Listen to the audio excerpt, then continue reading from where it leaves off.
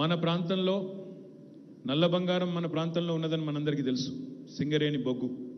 కానీ తెల్ల బంగారం కూడా మన దగ్గర ఉన్నదే అత్యుత్తమమైనది అనేది మాకు నిజంగా కూడా మొన్నటిదాకా తెలియదు.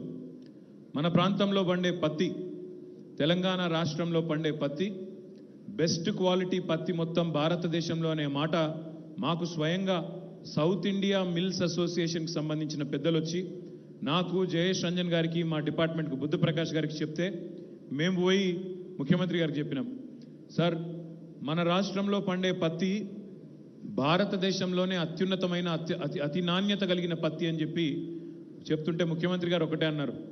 అందుకే ఒకప్పుడు ఇక్కడ ఇదే వరంగల్ జిల్లాలో ఒకనాడు అజంజాహి మిల్లుండేది, కొడకండ్లలో ఇంకా మన సిరిసిల్లలో, పోచంపల్లిలో ఇంతమంది నేతన్నలు ఉన్నారంటే దానికి కారణం అత్యుత్తమమైన పత్తి ఉండడమే కాదు, నైపుణ్యం కలిగిన మన నేతన్నలు కూడా ఇక్కడ ఉండడమే దానికి ప్రధానమైన కారణం. అందుకే అప్పుడే మిల్లులుండే, మళ్ళీ వరంగల్కు ఆ పూర్వ వైభవం రావాలే అని చెప్పి పట్టుబట్టి మళ్ళీ వరంగల్లోనే కాకతీయుల పేరు మీద కాకతీయ మెగా టెక్స్టైల్ పార్కును ఏర్పాటు చేసిన నాయకుడు మన ముఖ్యమంత్రి కేసీఆర్ గారు. 2017లో ఇక్కడనే ఆనాడు కేసీఆర్ గారు స్వయంగా వచ్చి శంకుస్థాపన చేసిండ్రు.